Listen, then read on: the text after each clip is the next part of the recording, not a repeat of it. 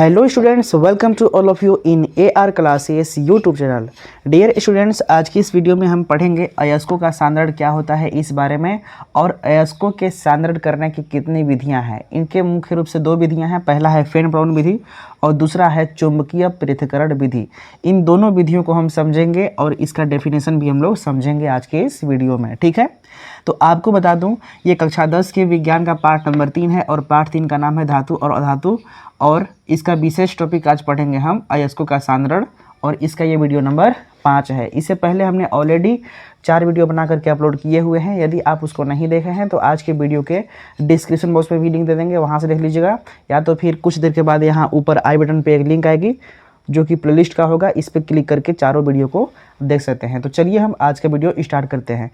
तो आपको बता दूं, जैसा कि मैंने आपको पिछले वाले वीडियो में बताया था कि किसी भी खनिज को हम प्राप्त करते हैं पृथ्वी के अंदर से, यही ना बताया था, और खनिज को ही अयस्क कहते हैं, लेकिन सभी खनिज को अयस्क हम नहीं कहते हैं, ठीक है। मैंने क्या बोला कि खनिज को पृथ्वी के अंदर से ही प्राप्त किया गया है, लेकिन सभी खनिज को अयस्क नहीं बोलते हैं। अयस्क उसी को बोलते हैं जिसमें पर्याप्त मात्रा में, प्रचुर मात्रा में धातु उपस्थित होंगे, ठीक है। यानी ऐसा खनिज जिसमें पर्याप्त मात्रा में धातु उपस्थित होगा तो उसी खनिज को अयस्क बोलेंगे। जैसे मान लेते हैं कि हमारे पास एल्यूमिनियम प्राप्त करना है, तो एल्यूमिनियम के लिए जो अयस्क खदान से प्राप्त किया गया है उसका नाम है बॉक्साइट। बॉक्साइट से हम क्या प्राप्त करेंगे? एल्यूमिनियम। आप कापर प्राप्त करना है तो उसके लिए कुछ अयस्क निकले होंगे, तो कापर के अयस्क का नाम होता है, जो मेन होता है उसमें अधिक मात्रा में, पर्याप्त मात्रा में कापर उपस्थित होता है, तो उसका नाम है कापर पाइराइट, ठीक है। कापर पाइराइट जो अयस्क होता है, इससे कापर प्राप्त किया जा सकता है। तो जब भी आप किसी भी अयस्क को पृथ्वी से प्राप्त करेंगे तो क्या वो धातु आपको शुद्ध मात्रा में प्राप्त होगा, यानी शुद्ध रूप में प्राप्त होगा? नहीं, उसमें कंकड़, पत्थर, बालू, ये सारी चीज़ें उसमें मिले होंगे, उसको बाद में शुद्ध करना पड़ेगा, यही ना। तो मैं ये बोल रहा हूँ अयस्कों का सांद्रण होता क्या है कि खदान से जो भी हम अयस्क प्राप्त किए हैं, उन अयस्कों में से कंकड़, पत्थर, मिट्टी, बालू, इस तरह के अशुद्धियों को दूर करने की जो विधि होता है, प्रोसेस होता है, उसी प्रोसेस को हम बोलते हैं अयस्क का सांद्रण। मैं क्या बोल रहा हूँ? कंकड़, पत्थर, मिट्टी, बालू जैसी अशुद्धियों को दूर करने की जो प्रक्रिया होती है उसी को बोलते हैं हम अयस्क का सांद्रण। समझे कि नहीं? तो इस परिभाषा को आप सभी लिख लीजिए। जब भी आप बैठा कीजिए पढ़ने के लिए तो आप कलम कॉपी लेकर ही बैठा कीजिए, ठीक है। तो हम इसे लिख लेते हैं, लिखते हैं, आप भी लिखिए साथ साथ। अयस्कों में उपस्थित, अयस्कों में उपस्थित, में उपस्थित कंकड़, पत्थर, कंकड़, पत्थर, बालू, मिट्टी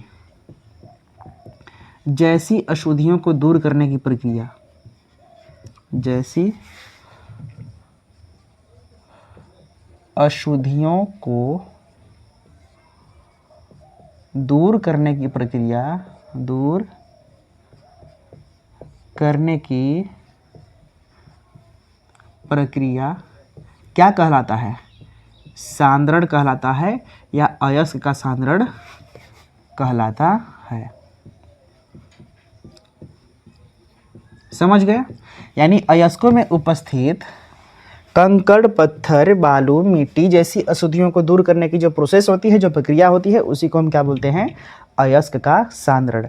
तो आपको बता दूं कि अयस्क के सांद्रण करने की मुख्य दो विधियां हैं, पहला फेन प्लवन विधि और दूसरा है चुंबकीय पृथक्करण विधि।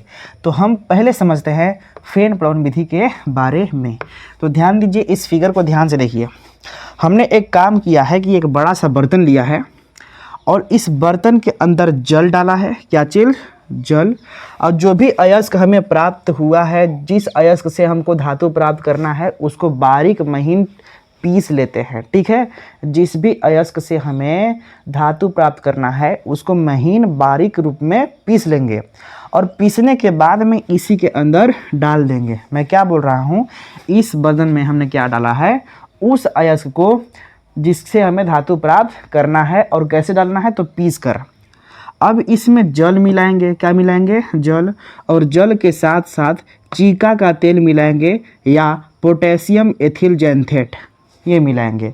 चीका एक पौधा होता है, इसे प्राप्त किया जाता है, इस तेल को, और इसको मिलाएंगे और इसमें डाल देंगे, ठीक है। यानी इसमें क्या क्या डाले हम, सबसे पहले जिस अयस्क से हमको धातु प्राप्त करना है उस अयस्क को बारीक महीन चूर्ण में पीस करके इसमें डाल देना है, और डालने के बाद में इसमें जल मिलाना है और चीका का तेल सब इसमें मिला करके डाल देना है ना।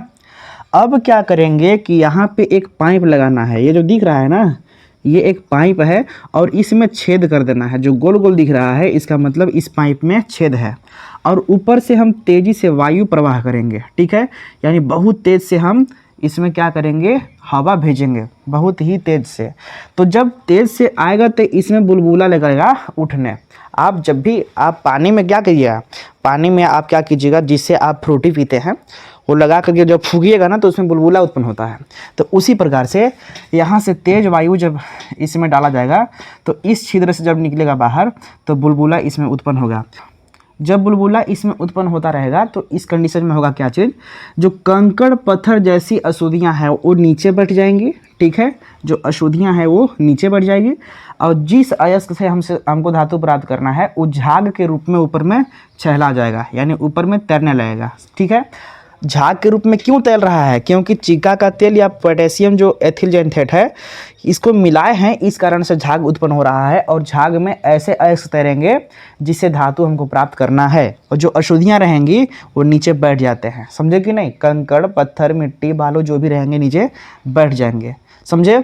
तो इस प्रकार से जो नीचे बैठे हुए हैं इसको यहीं पर रहने देते हैं, इसको छान करके निकाल लिया जाता है। जो ऊपर अयस्क है ना झाग युक्त अयस्क, इसको हम छान करके निकाल लेंगे, समझे या समझे कि नहीं समझे।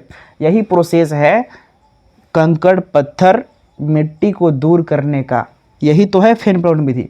फेन प्लवन विधि में ज़्यादा कुछ नहीं करना है, हमें कहना क्या है कि सबसे पहले जिस अयस्क से हमको धातु प्राप्त करना है उसका हम क्या कर लेते हैं कि बारीक महीन चूर्ण में पीस करके इस बर्तन के अंदर डाल देते हैं, और डालने के बाद में इसमें जल और चीका का तेल या पोटेशियम एथिल जैंथेट इसमें मिला करके डाल देते हैं, और ऊपर से तीव्र वायु प्रवाहित करते हैं। तो इससे ये होता है कि इस जो भी पाइप है इसमें जो छिद्र है, इस छिद्र से जब हवा निकलेगा तो बुलबुला इसमें पैदा हो जाता है। इससे क्या होता है कि झाग बनने लगता है, और उसी झाग में झाग युक्त अयस्क उपस्थित हो जाता है ना। यानी जिस अयस्क से हमको धातु प्राप्त करना है ये ऊपर लगते हैं तैरने झाग के रूप में, ठीक है। और नीचे क्या होता है, कंकड़ पत्थर बैठ जाता है। तो यही जो प्रक्रिया है यही हमारा फेन प्लवन विधि है, और इसी फेन प्लवन विधि के द्वारा हम यहाँ पे अशुद्धियों को दूर कर रहे हैं, ठीक है।